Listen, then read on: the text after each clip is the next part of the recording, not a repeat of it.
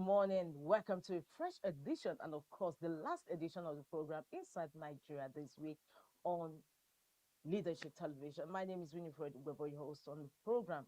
Thank God it's Friday. Today is January 30th, 2026, and all too soon, this is the last Friday of the month of January.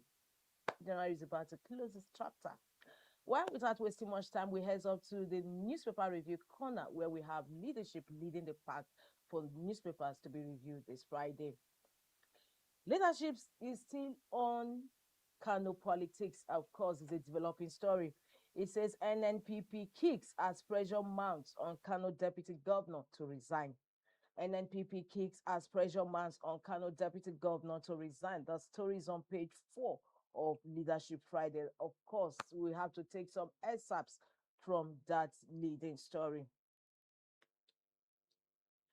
Pressure is beginning to mount on Kano State Deputy Governor Aminu Abdusalam Gwazo to resign over his refusal to join his boss, Governor Abba Yusuf, in defecting to the All Progressives Congress APC. Of course, the governor has since defected to the ruling All Progressives Congress party.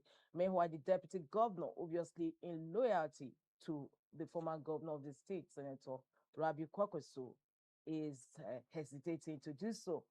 The Kano State Commissioner for Information and Internal Affairs, Ibrahim Waya, had advised the Deputy Governor to resign, adding that his continued participation in executive affairs without political alignment undermines trust and confidentiality in governance. But the new Nigerian People's Party, NNPP, has rejected the call for the Deputy Governor's resignation, saying that the State Executive Council is a constitutional body that should not be dragged into partisan disputes. Concern about the fate of the deputy governor had emerged shortly after Governor Yusuf's defection on Monday. Governor Yusuf and Gwazo were elected on the NNPP platform. However, the deputy governor is a staunch loyalist of the former governor of Kano State, Dr. Rabi Musa Kwankwaso, who also heads the Kwankwasia movement, of which Governor Yusuf was a prominent member before switching to the ruling APC. The immediate past deputy governor of Niger State, Ahmed Mohamed Keso, had told leadership that Gwazo would have to navigate a precarious political terrain that could culminate in his impeachment. Keso, in an exclusive interview with leadership, said while the governor and his deputy might try to be mature about their relationship, other political actors would come between them, leading to his likely impeachment by the state's House of Assembly. The governor moved to the ruling party alongside 22 state lawmakers, 8 federal legislators, 44 local government chairmen, and 484 councillors. Earlier, the State House of Assembly had 24 NNPP members and 14 APC members, excluding the 2 NNPP lawmakers who died recently. This is a story on the main cover of Leadership Friday this Friday. NNPP kicks as pressure mounts on Kano deputy governor to resign. We'll continue with other stories gracing the cover of Leadership Friday this Friday, Nigeria's foremost Friday newspaper. Desani had no powers to award contracts, Defense Counsel tells UK court. Still on Leadership Friday, APC governors move to strengthen grassroots structures ahead of 2027. Relatives of abductees embark on hunger strike, Kumi Wali village head says. Relatives of abductees embark on hunger strike, Kumi Wali village head. Northern Christians decry Sharia Council's rejection of INEC chair. Naira appreciates to 1,385 Naira per dollar, highest in 20 months. And that takes us to the stories just before the masthead of Leadership Friday. Senate appoints Oshomole Tambuwa to 7-man Electoral Act Review Committee. Leadership Business Person Award, a great honor, Thomas Etu. Rehabilitation, upgrading of IBB Golf Club's facilities begin, and those are the key leading stories on the cover of Leadership Friday this Friday. We move inside the page to have a review of our stand this Friday. And our stand today is on ending Nigeria's power sector fast. Ending Nigeria's power sector fast. Today's stand in leadership. 5 days, that is all it took for Nigeria's national grid to collapse. twice in January 2026. The first failure occurred on January 23, plunging millions into darkness. Before the country could fully recover, the grid crumbled again on January 8, 28. For a nation that suffered more than 12 grid collapses in 2024 alone, this is no longer merely a technical problem. It is a governance catastrophe that exposes decades of policy failures, squandered resources, and a criminal absence of political will. The statistics are damning.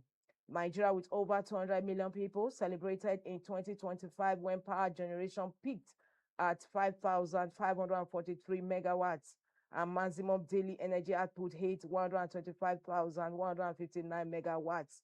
These figures were trumpeted as achievements.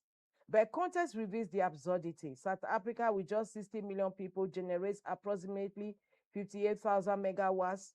Egypt, with 104 million citizens, produces around 59,000 megawatts. Ghana, whose population barely exceeds 33 million, generates about 5,000 megawatts. Nigeria's vaunted record generation serves a population 4 times larger than South Africa's, but delivers less than 1/10 of its power. Excerpts from today's stand in leadership, ending Nigeria's power sector fast. The answer reveals the depth of the crisis. Investment in power generation is expensive, technically complex, and requires sustained commitment. Most state governments already struggling with basic governance functions and salary payments lack both the financial resources and technical capacity to develop independent power systems. We just took excerpts from that perennial problem in Nigeria, which is a power sector failure. And today's stand is on ending Nigeria's power sector facts. From our stand, we move to the back page of Leadership Friday, where we have conversation with Azu. And today's conversation is on Yusuf's red cap on Tinubu's red carpet. And then, of course, the cover is just still on Kano politics. So much is happening there. And of course, no one knows how it will end. Yusuf's red cap on Tinubu's red carpet. You know, the Kwankwasia movement actually has a red cap as their symbol. And that's basically what the conversation today is all about. Yusuf's red cap is no longer news that the governor of the state, Kano State, that is, Abba Yusuf, has since defected to the ruling All Progressives Congress, APC. So we'll take quotes from the conversation. Yet with the winds of power in UC says, and Kwankwaso in his Pompey's winter, the governor has chosen the most vulnerable moment to strike. Already, a blend of the red cap with the Tinubu trademark has emerged. Is Yusuf coming along with Kwankwaso to the APC? No one should be surprised if this happens, despite the hue and cry about betrayal. Politicians hardly mean what they say. Today's conversation with Azu Sheikwenem. Before we leave the back page, we have to visit Ghana Must Go once again. Today's UK prosecutor says Desani used Brothers Church to conceive bribes. It was in the news yesterday in one of the papers we reviewed, and that was the Punch newspaper.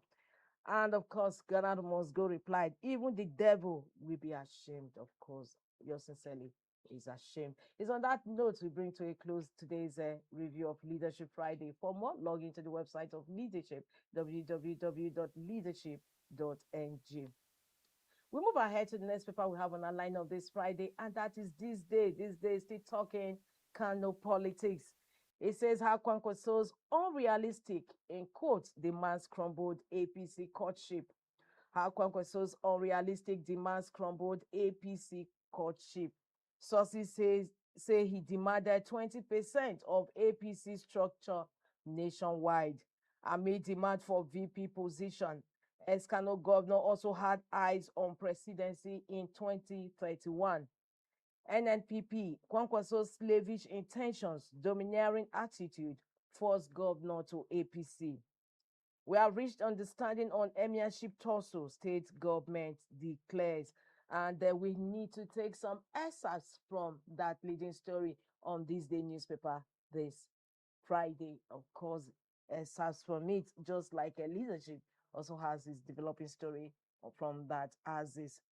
Fresh details emerged yesterday on how efforts by the presidency and the All Progressives Congress (APC) to forge a political deal with Senator Rabiu Kwankwaso, until recently regarded as Kano's beautiful bride and a potential election-shaping force, eventually collapsed. Courted for the perceived electoral value of his red cap movement, Kokosia, the former Kano governor appears to be watching his political allure wane, leaving the leader of the new Nigerian People's Party (NNPP) increasingly isolated and struggling to translate past dominance into present influence. Sources familiar with the talk said engagements between Kwankwaso and President Bola Ahmed Tinubu. The story continues on page 8 of this day newspaper.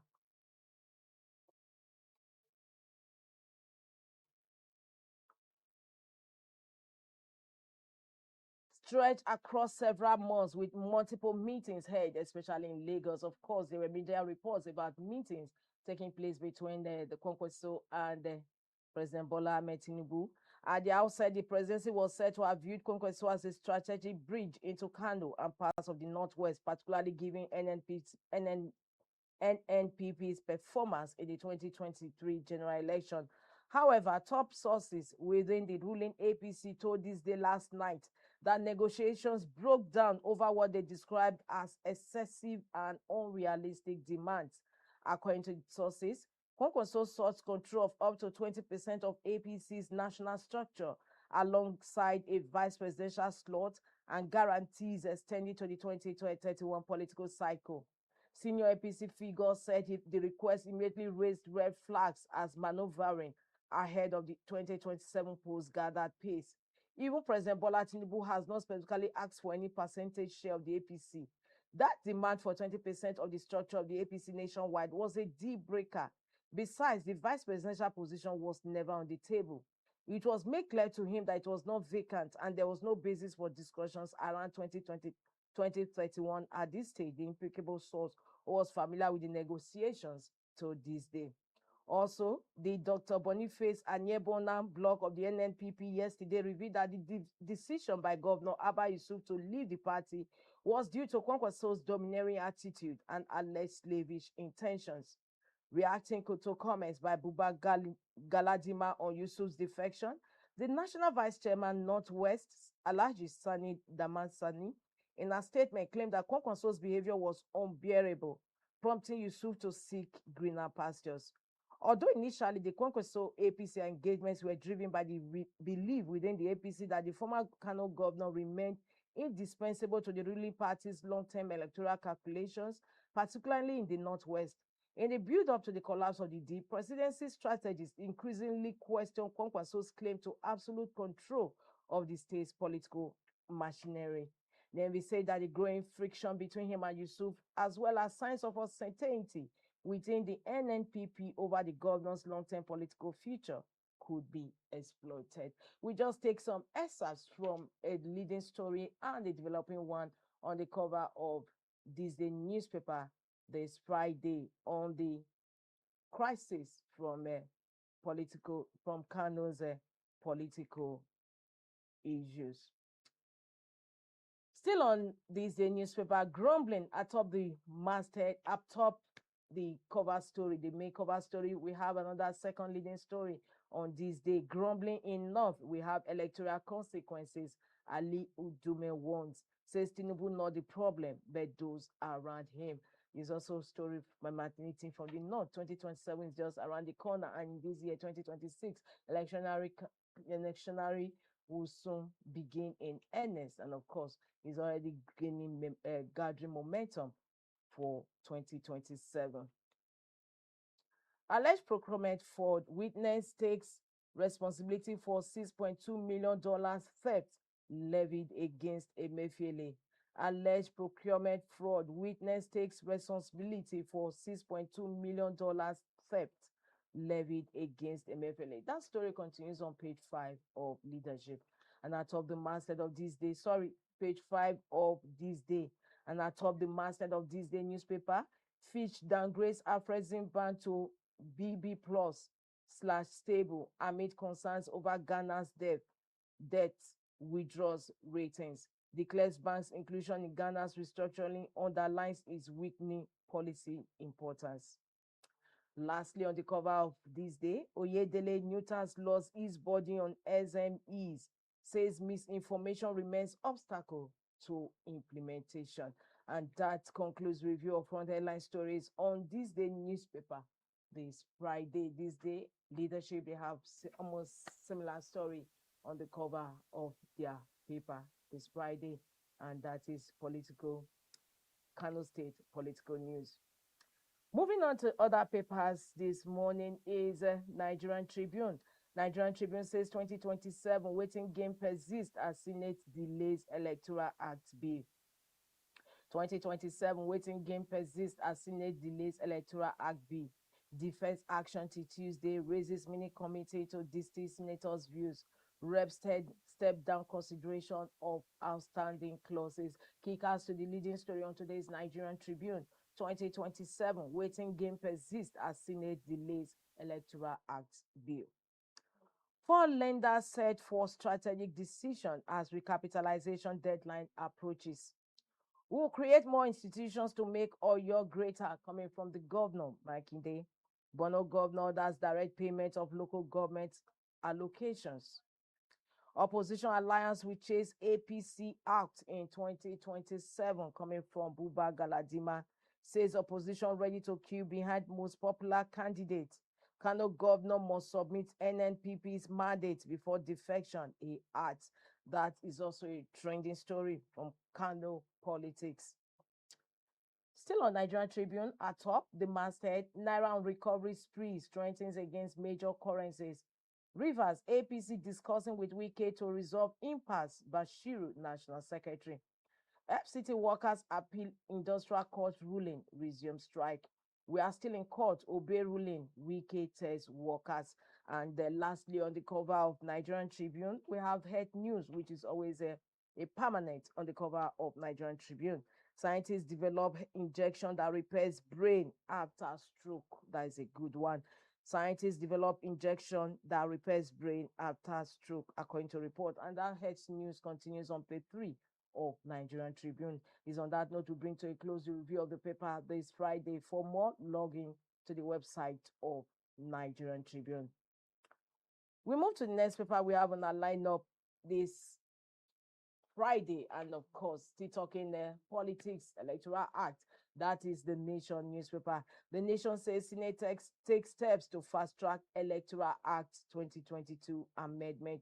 Senate takes steps to fast track Electoral Act 2022 amendment. Of course, there have been protests from among CSOs that because the Senate went on a long recess, that they may not have ample time to actually do justice to the 2022 amendment, which has been passed by the House of Representatives. So right now, even leadership captured it that Oshomole and Tambuwa made the 7-man Electoral Act Review Committee.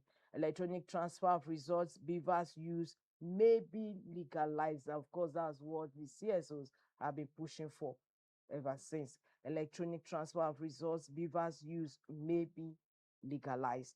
Kicker to that leading story on today's The Nation newspaper. Senate takes steps to fast track Electoral Act 2022 amendments. Atop that, we have by-elections to hold in Kano, Rivers, February 21, FCT area council poll, same day. That story is on page 4 of The Nation. Police get new DIG, AIGs as Police Service Commission elevates 119 inspectors to ASPs 2. Just beneath the masthead of The Nation, Katsina State CJ, no bandits released in exchange for peace, request undergoing due process. Katsina State CJ, that is Chief Justice, no bandits released in exchange for peace. Of course, there has been heated debates over plans by the Katsina State government to release 70 bandits, in Amnesty D, and that has continued to draw flags from all Nigerians. Katsina State CJ says no bandits released in exchange for peace, request undergoing due process. Turkey trip will boost insurgency battle. coming still on the cover of the Nation. And atop the masthead, Zulum okays direct payment of local government allocations. Senate probes deplorable snail speed train services. First Lady institutes 50 million naira endowment fund at TASFUED. NEFUND extends 2025/2026 loan application deadline to February 27. And that brings to a close the review of front headline stories on the Nation newspaper this Friday. For more, log into the website of the Nation. We move ahead to the next paper, and the last paper we have on our lineup for review this Friday, and that is New Telegraph. New Telegraph is talking agriculture. It says agriculture food security reps to probe no release of 174 billion naira development partner support. Pass 58 trillion naira 2026 budget for second reading. Adjourned plenary for 2 weeks. NAFDAC enforces sachet alcohol ban, says no firm shot. NECA frowns at agency's action. NAFDAC enforces sachet alcohol ban, says no firm shot. NECA frowns at agency's action. NEFOD extends application deadline for 2025-2026 academic session. Pensioners fighting legal action against states over unpaid annuity increases. FCTA workers resume indefinite strike over unresolved welfare issues. Wiki alleges sabotage, urges workers to obey court order. Northern Can rejects Sharia Council's call for Amupitan's removal. Bonnywood indoors tied to heart-lung disease, according to study. And that takes us to the stories just beneath the masthead of New Telegraph. Electoral Act Amendment B, Senate sets up 7-man Harmonization Committee, probes poor execution of Abuja-Kaduna Railway contract. Attack on Makinde, Fayose, a political liability, PDP governors say. Tinubu has sidelined people who helped him succeed as Lagos governor, Udume. Heavy gunfire, blast heard near airport in Niger's capital. And atop the masthead of New Telegraph, PMS, importers in dilemma as landing cost surges by 25% to 1,120 naira per litre. Battle to sell 3.7 billion liters. Naira records 19-month high appreciation to 1,396.99 kobo naira per dollar. And that story continues on page 25 of New Telegraph. It's on that note we conclude review of front headline stories on New Telegraph this Friday. For more, log into www.newtelegraphng.com. Well, viewers, we have come to today's Friday edition of Inside Nigeria, where we review some headline national newspapers. And for more, don't forget to log into the website of Leadership, www.leadership.ng, for more stories. Don't also forget to subscribe to all our social media handles to watch more on our telecast. My name is Winifred Igwebo. Have a beautiful weekend ahead. Thanks for joining us. Thank you for watching. For sponsorship and advert placements, please contact 080-3688-6158. Last Word Leadership Podcast Studio. You have the last word. Thank you.